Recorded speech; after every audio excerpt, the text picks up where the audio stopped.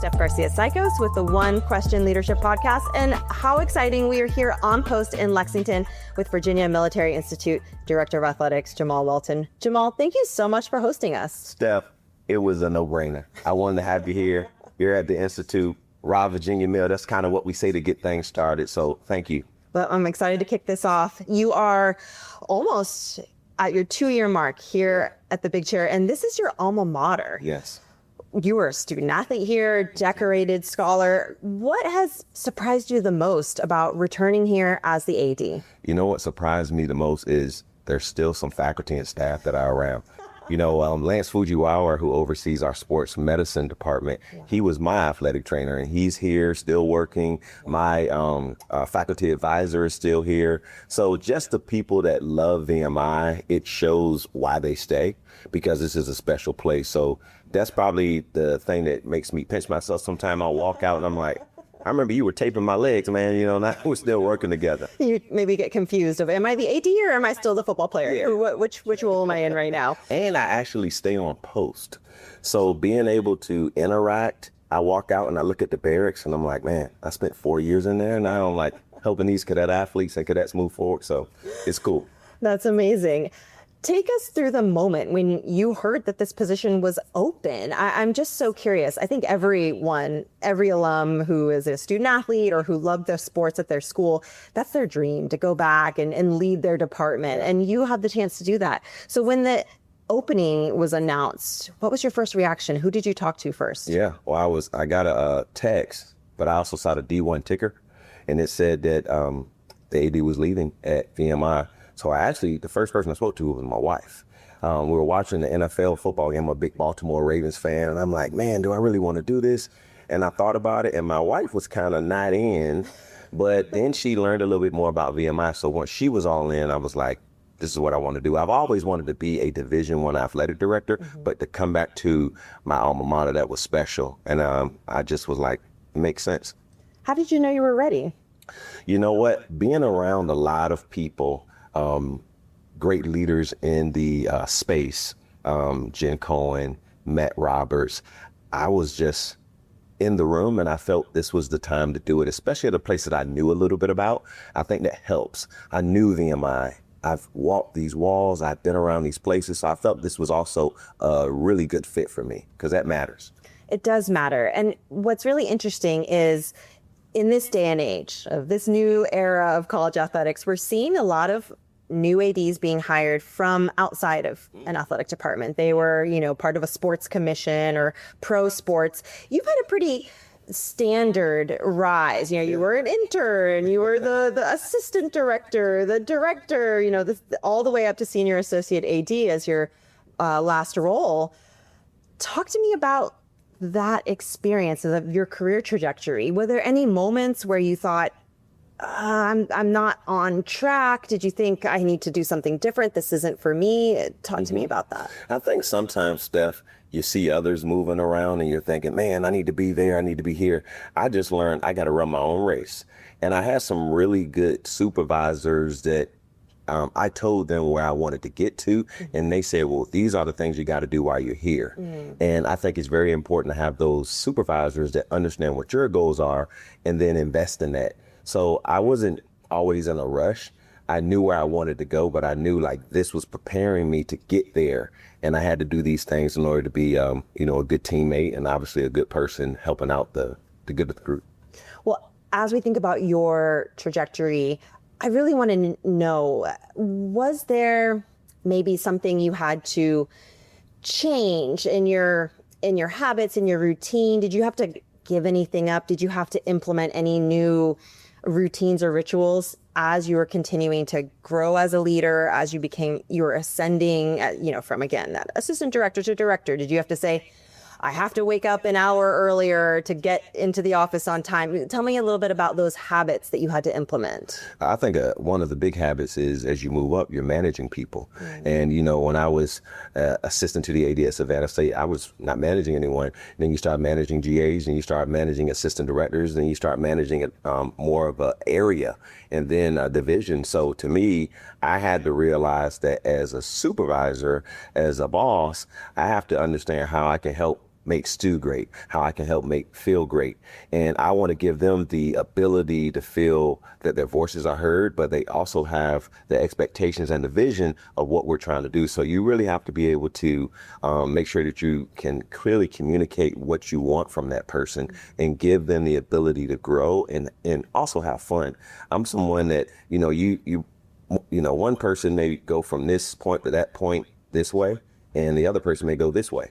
But if we're getting to the goal, it doesn't really matter. As long as it's helping us move forward, I'm okay with that. So I've learned that my way may be something that I just say, here's the vision. But if I have some other people that have another way of doing it, hey, that's a great idea. Let's do it. Have you ever had a moment, though, where someone, maybe not here at VMI, but in past managerial relationships, where someone did something you were like, I don't know if that's going to work, where you had to rein them in? Yeah, I think that happens sometimes, but it's one of those things. If it's an idea and they really are trying to push it, let them try it. Let's learn from it. And sometimes it's like, hey, what do we learn? Is it something that is this something that we can change next time to make it better? But sometimes if you hold everything back and want to do it your way, I'm learning too, in this role, I don't have a lot of time to do everything. So I've got to set the boundaries and then allow them to do what they feel is best. But I think the awareness and the communication is important. When someone's on track, they're communicating with me what they're doing. All right, keep going. Maybe I'll add a couple things in, but no, keep going. You're doing good. Outside of the office, outside of the facilities, I do want to know, what is a habit or a lifestyle habit that you've implemented as you've, again, grown as a leader, that you think has contributed to your success? Are we doing, 100 push-ups a day? What is that kind of, what is that secret sauce? One of the things I need to do is work out more, because I think I got here, when I was in Washington, I was a little bit more like fit. Now I'm like, so I got to get back. So I think one of the habits I try to do is understand what are the balls that can bounce and the balls that can break. Mm-hmm. And that's priority. There's a lot of things that come across my desk, and I got to realize what is the most important thing. I'm somebody that is a pleaser naturally, so I want to do everything. I want to help everybody. But in this role, I've got to figure out, in the time that I'm here, what makes the most sense. So that's one habit. And then the other thing is, you need to make time for your family. You need to make time for your spouse and kids, and it's tough. So I really try to involve them. I want our staff, I want our coaches to bring their families here. Again, there's a time and place for everything, but you gotta have that release where you're a dad, where you're a husband, because that's so important. And it's good for our staff to see that as well, because sometimes it's tough. Like, can I bring my kids around? Like, yeah, man. I mean, we want you to be comfortable, because in this space, we work around each other a lot and we ask a lot from each other. So I want people to feel comfortable and not just see themselves as a title, but as a person, because that's what matters at the end of the day. You're a first-time AD. You've had some amazing mentors. But what is one thing you wish someone told you earlier in your career journey? Wow. I think that's a good question. I think to enjoy the process, to enjoy the moment. When I was at, and it's not like I was looking forward, but sometimes you don't realize how you're helping a student athlete or the difference you're making. Sometimes it's the game's over, you're going to the next thing on your list. But I just think if I could do it all over again, I would take more time to get to know the student athletes and get to know who they are as a person. I have a chance to do that a lot more, because as the athletic director, I'm moving around and I'm getting to know more of the athletes and their parents. But even at that younger age, I'm 41 now, I like to think I'm still young. I think that's what I wish I would do, is connect more and listen to the athletes, because sometimes we get around the table and we think we know everything. Like, this is what everybody needs. No, check with the athletes and really see, is this helpful? Is it hindering them? So that's probably what I would do, is place a focus on them a little bit more. What's really interesting is you just said, as the AD, you actually feel as if you get some good face time with the athletes. There are some, leaders in the industry who feel like being in the AD chair takes them away from that connection with the athletes. Talk to me about how you make that happen. Yeah, I'm somebody that likes to get out of my office and get around, go to practice.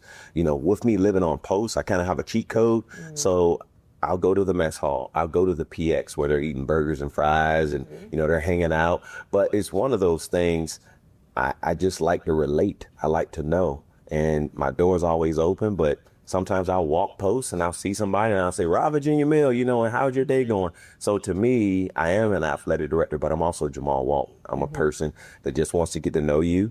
And sometimes it's just them walking past my office and I'm like, hey, how's your day going? So I think you need to be intentional, and it goes back to the time. You need to make time. You need to be intentional to make that time in order for them to understand that you care. Because when people know that you care, they're going to go the extra mile for you. I'll show up to some SAC meetings, but we're a small shop here. So there's a lot of our staff that go above and beyond and do so many other different things that you kind of have those touch points. And that's one of the secret sauces of being at a place like VMI. Do you find that the cadet athletes are really drawn to you because you've lived their experience? It helps. I mean, it helps sometimes if someone's like, man, I got a demerit because of this. And I'm like, hey, what did you actually do? Or can I help you work through that? So yeah, being able to say, I wore the uniform, I understand how you feel, but also look what you have in front of you. Look at the opportunities. Did you talk to your coach about that? Are you frustrated about this because of this? Or here's some resources you should look into. So I do feel that I can kind of almost throw a lob and let them slam dunk it in just because I can, be more of a point guard, a facilitator. What's interesting about your career is you spent a lot of time in the South, the Southeast, and then you went West. You went to Washington, very, very different environment. Talk to me about your time with the Huskies. You were with Jen Cohen. You're on her senior leadership team. Yeah. What's up, Jen? I hope you're listening. Well, you were there when you made the big jump to leave the Pac-12 to go to the Big Ten. You were there when you were in the CFP national title game. Talk to me about that experience and what it taught you. Yeah, I like to say I got my master's from MRU, and I got my doctorate from JCU, Matt Roberts. And then I got my doctorate at Jen Cohen University. Jen had energy. You know that. I know. Right. She had energy. When you walked in the room, she made you feel like $1 million. And I remember she talked about everybody has a superpower. So I want to help you take your superpower and help our department. So I just learned that too. We got some great people here at BMI that have all these superpowers. Let's work to showcase those things. And that's one of the things that she taught me, but also their senior leadership team was such a collaborative group, great people. They cared about the student athlete experience. They cared about each other, and they just loved being around each other. So that was kind of what I want to create here. And obviously, University of Washington is a great place. As I was moving along when Jen left, Troy Dannon came in, Pet Chun came in. So again, just great people. And it's also one of those places, I worked with some great coaches, Heather Tarr, softball coach, Danny Sprinkle, men's basketball coach. I mean, so many great people, and they cared. And they also, you saw Heather Tarr at the basketball game. You saw all of the coaches supporting each other. It wasn't, we're just going to stay in our space. It was a team effort across the board. Part of your background, a big part of your background, is in marketing and external. Yeah. Give me a marketing lesson you learned from your time at UW. And I'm just thinking about the national title. I would say one of the marketing lessons I learned, so I had the opportunity to oversee our Adidas account. So I worked day to day with Adidas. I learned how big of a brand University of Washington was. But the biggest thing I learned was how important a relationship is with our apparel provider. So now that we're with Under Armour, I know there's some things that I saw that Adidas did. And again, I know different level, different conference and whatnot, but I've also learned that we can do some things here at VMI with our brand. So having that experience, it showed me who are your vendors? How are you working with them? Are you maximizing it? Are you asking the right questions? Because they'll do a lot more for you. But sometimes when you get that sheet and you just see, this is okay. Let's be creative. Let's be able to find ways to expand how we can help our brand. So I think that was one of the things that I saw at a large stage, at a national, international stage, when we think about national championships. So that was one of the things that I learned, is being able to be in those rooms and learn that. Be an active participant, not just take what you've been given and say, thank you. I love that. Well, here at VMI, you've just wrapped the Compete to Win 3-day crowdfunding campaign. Yeah. And then last year's campaign set lots of records. Talk to me about this year and anything you did differently. Yeah, we asked for more money. But no, we've got great supporters, donors, supporters, parents, alumni. So I think one of the things that we did differently, we were more intentional to involve our cadet athletes in content. They did such a great job. There were some funny videos, there were some, crazy videos, but it was all about finding ways to help our department move forward. So Compete to Win, it helps our operational budget. We don't have the biggest budgets in the world, so we need those operational dollars to help. Now, last year, I think we just pushed it through social media. We pushed it through all different mechanisms because you just can't send an email and think this is going to work. But I think this year we worked better with the Cadet Club. The Cadet Club also had a lot of campaigns that they did through Facebook, paid campaigns.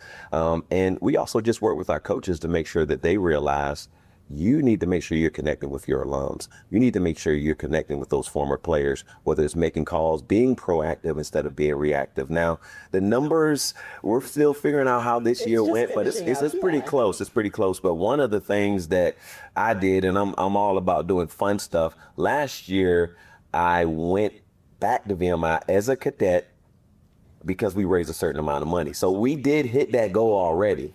So I'm going back as a cadet for 24 hours.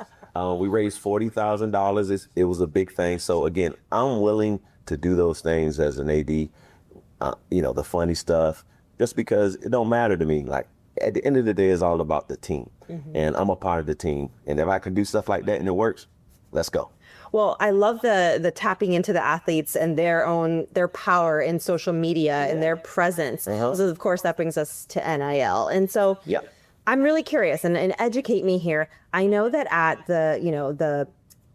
at Army West Point, at the Naval Academy, there are some restrictions for those cadet athletes because of their military association. Here at VMI, ROTC is required, but you are not required to go and be in the military after graduating. So what is the reality of NIL here? What are the rules? What are the restrictions? Yeah, I think when I got to VMI, NIL was kind of the black cat that everybody said, stay in the corner. We don't talk about that here. But over time, I think we understood that we can be in this space, we can be VMI, and we can do it the right way. So I think education was the first thing that I wanted to do as I got in here. Have an opportunity to be at the University of Washington. In my role, I was working day to day in NIL, and I think that was important. So I was able to say, if you're telling me that we have some athletes that want to be entrepreneurs, we don't think that that's something we can build upon. This is college athletics. This is academics, academic institution. So I think when people started to realize, I'm not saying $2 million, $3 million deals. I'm saying let's help someone build their brand. Now, we've had some opportunities where we've had some cadet athletes get some deals. We have some entrepreneurship opportunities for some of them, but we're also educating them.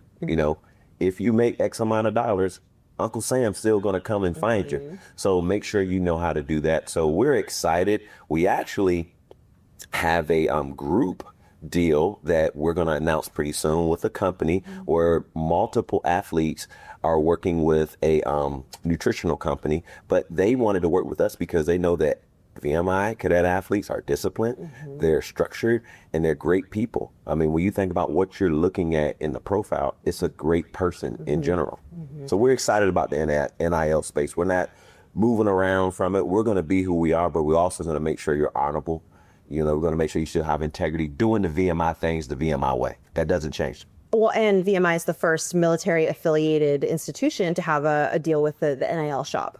Yeah. And so to be able to say you can still get your gear, that has maybe an athlete's number or name. And Steph, that's what I'm talking about. Our athletes, they were excited because they're a part of what everybody else is doing. And it's a great branding for VMI. It's a great branding opportunity for the athletes. So when you go to the baseball games, when you show up to the water polo matches, you see the parents wearing that, and that helps VMI. So those were the conversations I had to have with administration to say, this is good for us, and but But I learned at Washington about the NIL store. So again, as an AD, bring some of those ideas to the place that you're going to, and you can do those things. So if you're out there and you're trying to be an AD, put in your bag all of those different things you want to do, to where when you get that opportunity, you can pull them out. But with that, I'm curious how. So you brought your toolbox here with all these different experiences and ideas. How did you parcel them out in a way where you didn't come on day one and say, and we're doing this and this and this and this, and people say, whoa, calm down. I mean, you have institutional knowledge here. You know how the energy works. You know how maybe it might take some time to convince folks, whether that's administration or cadet athletes, that, hey, then you can do this, like this works. Talk to me about kind of the timing and how you were able to read the room, so to speak. So when I got here, I met with every person in the department, and I mean every person in the department. And I know Brian Blair just got the job at Syracuse, so shout out to B. Blair. He gave me a survey that he actually was utilizing at his former institution. I did that on the front end, so I was able to see, all right, Steph, okay, this is what she thinks about the project. Lenny, okay, Stu. So I was able to see stuff on the front end, but I said I brought my tool bag. I also didn't have to take everything out the tool bag, because I started dump it out. Because as I met with people, I'm saying, that's a good idea, Stu. We've never been able to do that here. Okay, well, let's do that. So I think it's probably a few things that I just pulled out, like NIL store. That's an easy win. I know that connect. But there were a few ideas. I'm like, I don't even have to pull anything out, because we've got great people, but we got to empower them, and we got to show them that we want to invest in that. Well, relatedly, in your time as AD now, you've been tasked with, securing and renewing some coaches that you want to keep on. And then, of course, hiring new coaches, including a new football head coach, Ashley Ingram. Yeah. Walk me through. Let's go. Yeah. Walk me through that experience. Again, you've been an outstanding sports supervisor. You've supported head coaches, but this is the first time you've been the one making the call. Oh, yeah. Man, as our former coach moved on, I was in this room. I met with our players. I told them we're going to be quick, but not in a hurry. General Finesse, our superintendent, he's vertically aligned with athletics. He understands that this is important. And we said we were going to go and attack this search. It was 15 days. I went and I talked to my wife. She probably was ready to hit me upside the head with a hammer, because it was during Christmas time. It was during the tough time. So I learned that I had to sacrifice, but it was a good sacrifice for who we got in Coach Ingram and what he's already implementing and the rest of the assistant coaches. But it's one of those things. We worked with a Kingdom Coaching to help us with the search, and it was awesome. But we also had a great team that knew what our goal was. So we were in the foxhole the 22nd, the 23rd, Christmas Eve. Let's take a break Christmas, and then we were back on the 26th. And then we had everything in place before the transfer portal opened, because we knew how important that was. And we also had a liaison of athletes that I kept in touch and told them what we were doing. Not the details, but hey, this is where we're at. I think that was so important. And I think that they're understanding that we've got a really good person that's not going to be demeaning, but demanding. And I think for what we needed, he's the right coach for it. That's the dream. But yeah, it was a whirlwind. I mean, I think Christmas Eve, I was working with Santa Claus, and then I was also like looking at resumes still and trying to set up travel plans. And so it was crazy. But I mean, if you're an AD, you got to be ready. It's never a perfect time. So we had to get it done. A little bit of a trial by fire, but obviously it worked out for the best. And I'm hopefully your kids had a great Christmas. Yeah, they did. My birthday was on December 22nd. So I was eating birthday cake and still looking at resumes. But again, it comes with a job. Well, you had a great birthday present, landing a great coach. Yes, ma'am. Well, you mentioned your superintendent, and you were actually hired by a former superintendent. And so talk to me a little bit about, I've kind of a two-part question. Talk to me about the transition of leadership, at the top here at VMI and how you've acclimated. But then on the other side, the broader big picture, the vision for VMI. You're in a 10-year strategic plan for the Institute. How does athletics fit into that? Yeah. Well, first and foremost, General Wins, who's our former superintendent, I'm always going to be indebted and appreciative of him giving me the opportunity to be the athletic director here at my alma mater, which is his alma mater. But now with General Finesse, he's awesome. He understands we have what's called the three-legged stool here at VMI. It's academics, it's athletics, and it's military leadership. We have to have that balance. And then the honor of how we do things here is always at the top. So you're on the money with the strategic plan, but we also are creating a new strategic plan. And it's under the direction of General Finesse. But one of the things that he realizes is we have to invest more in athletics. He understands that there needs to be a focus placed on athletics. So after the VMI strategic plan is created, we're already developing an athletic operations plan, which is kind of a strategic plan. So that's what we're going to set forth where we're going in the next 5 years. And we want to have a campaign to find out how we can get resources, how we can get the things to not just compete, but to win. And that's the overall goal. And he's a winner. He likes to win, and I like to win. And our coaches and our athletes want to do that as well. So I think having the vertical alignment with the current superintendent and seeing his vision of wanting to be a premier liberal arts college in a military environment, knowing that and understanding that athletics is a part of that. He said it. Our athletes are the most visible cadets on post when they're on the ESPN platform, when they're on national TV, when they're here on the, in our, on the facilities here on post. So we want to make sure they're the best that they can be, whether that's rest, refuel, and recovery, whether it's how they feel mentally, physically, and just making sure that we create the ultimate athlete, ultimate cadet, here at VMI. That's also a leader, because that's an important piece here too. That's a huge piece. That's part of the whole profile of a VMI cadet and cadet athlete. Well, kind of as we start to wrap up, I have to ask, the newsy kind of question, which is, VMI is going to be opting into the House settlement for 2026, 2027. Walk me through the decision-making process and how that's going to impact anything from a, operational, structural standpoint, and then of course, how it's going to impact the student athlete, the cadet athlete experience. Yeah. Well, it's one of those things. When we got to the summertime, we had a lot of transition with our superintendent. I was starting off as an athletic director, and we felt the best decision for VMI was to opt out. But we were very intentional in saying, let's put a working group together to figure out, does this make sense for the future?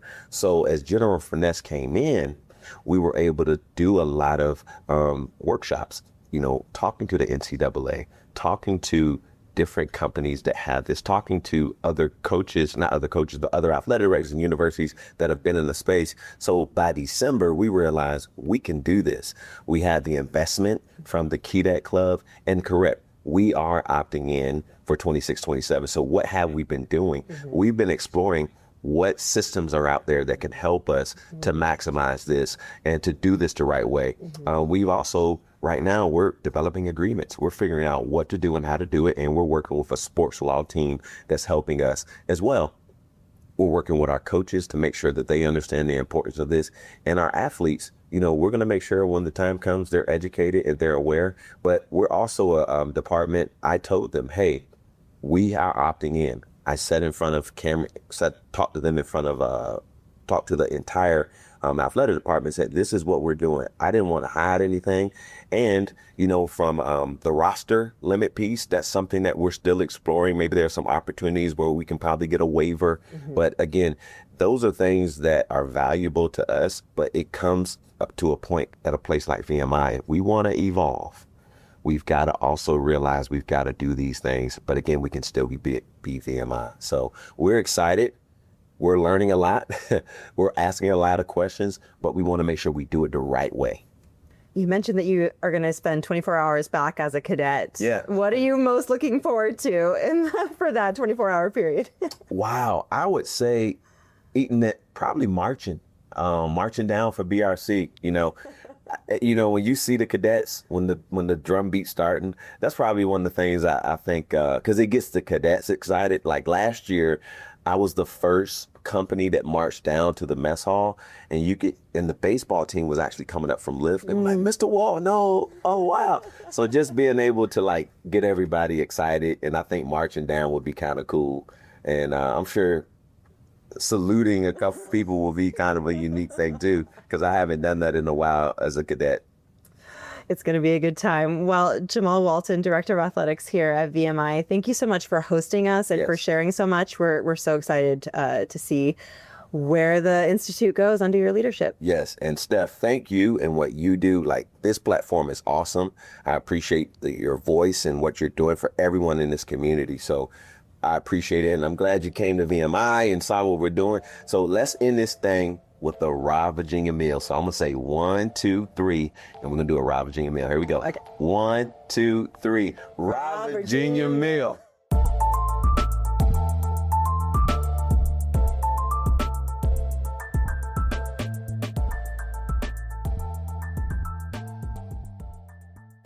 This episode of the One Question Leadership Podcast is produced by Spades Media Group, solving problems using creative leadership.